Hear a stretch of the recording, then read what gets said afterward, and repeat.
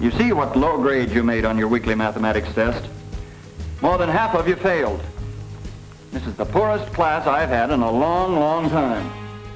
The Superintendent of Public Instruction is responsible for all of the public education in Washington. I think they probably have the final say in what gets taught in schools and curriculum, probably.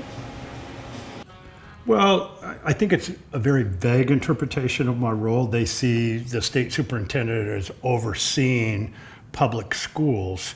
But some, when they have an issue or something, think I can actually tell schools what to do, and that's not really the case. OSPI enforces the standards, like the state standards of what every child needs to be doing to graduate.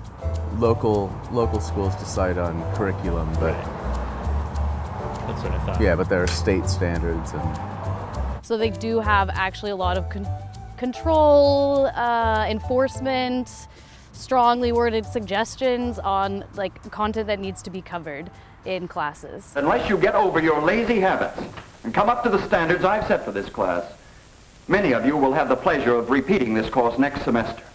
The Superintendent of Public Instruction must oversee state education policy and budgets and priorities. You oversee a lot of things that people don't always consider education. For example, we do student food service here, child nutrition. So we serve about 500,000 people, help 1 million kids and adults every day, when school's on. We have assessment, then we have enforcement, transportation also. So there's a lot of things we do. It's oversight and working with districts. I guess their role is pretty important because the paramount duty of the state, as we've been hearing lately, is public education. Something that makes Washington's Constitution really unique in the country is Article 9, the education provision.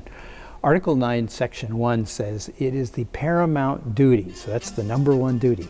It's the paramount duty of the state to provide for the education of all children residing within its borders without distinction on account of race, color, caste, or sex.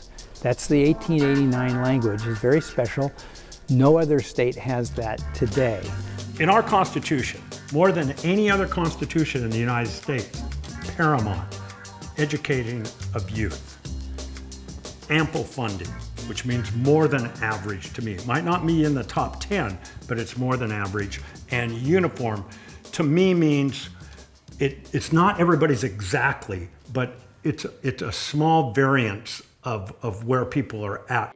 Whenever we need access to technology, there's no lack. We always have what we need.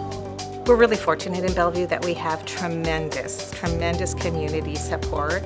We have a schools foundation that their sole purpose is to provide the kind of resources that the school district can't provide to enrich the experience for kids.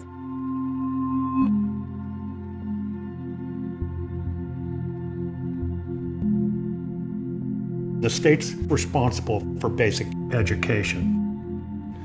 But what happened was, every time that there were things that came up that made education more expensive, instead of the state bumping up what the state put in, they just said, oh, we'll raise local levies and you can pay for the basic ed stuff. There are districts that can raise real high levies and get a lot of money per pupil. Then less wealthy districts, and these less wealthy seem to have more poor kids in it than this district, and they have more minority kids than this district, on a general statement. My job isn't advocating for adults. My job is to advocate for kids and students, and that's what I do. It's not uniform that some schools are getting this much and some schools are getting this much. So that becomes what I call a civil rights issue, and I try to bring those things to light.